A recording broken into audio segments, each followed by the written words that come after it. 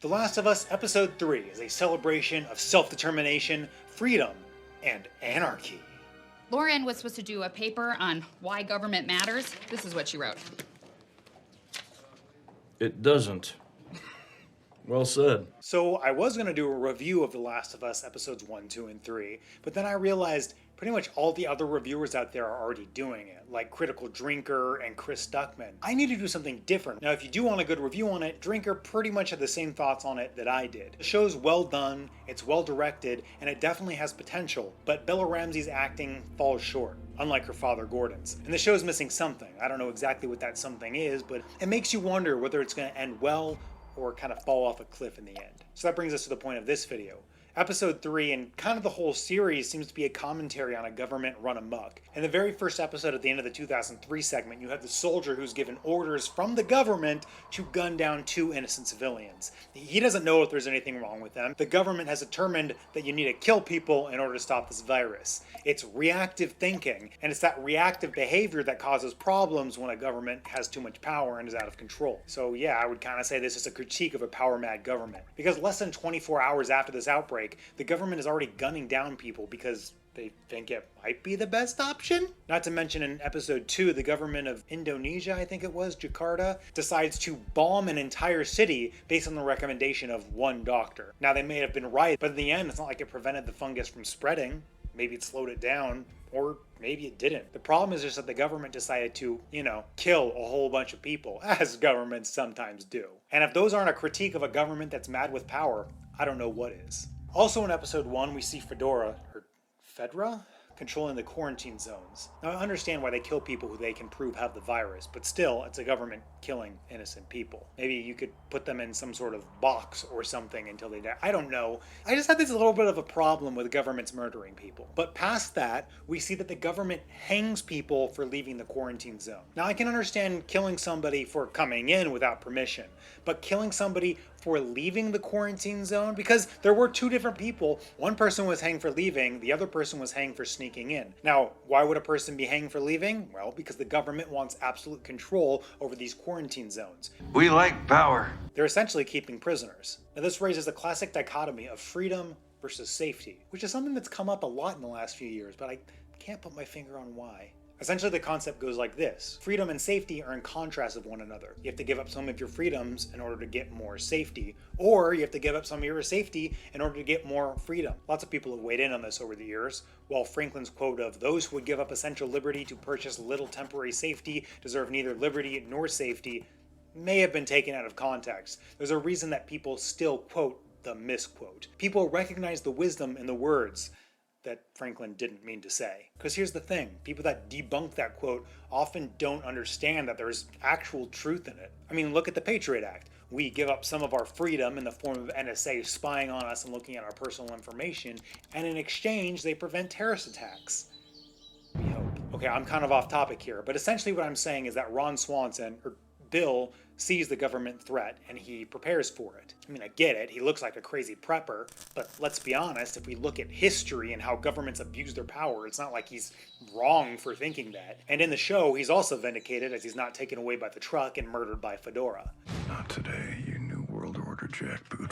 Side note, it would have been cool if Ron had been drinking Lagavulin instead of wine. Would it have ruined the immersion of the show? Yes. Do I care? No. We also meet Frank, who is Bill's partner and future husband, and at first I kind of wondered, is Frank good or bad, not really remembering the context from the game. There's actually a ton of tension between them as you wonder, is Frank gonna murder Bill when he seduces him? And then we realize it was just sexual tension all along. So, all this is to say that the episode was really well directed and it kept me on my toes. Yeah. In terms of social commentary, I love this scene.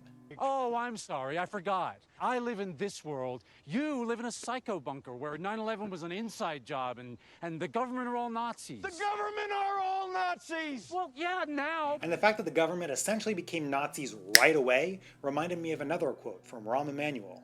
You never let a serious crisis go to waste. Which, sounds bad, but don't worry, he clarified the quote. What I said was, never allow a good crisis to go to waste when it's an opportunity to do things that you had never considered or that you didn't didn't think were possible. Exactly what I want a government official celebrating. And I gotta tell ya, Fedra took that to heart. When they had a good crisis, they didn't let it go to waste. They started killing people right away. And to be sure, this isn't the first time a government has killed tons of people.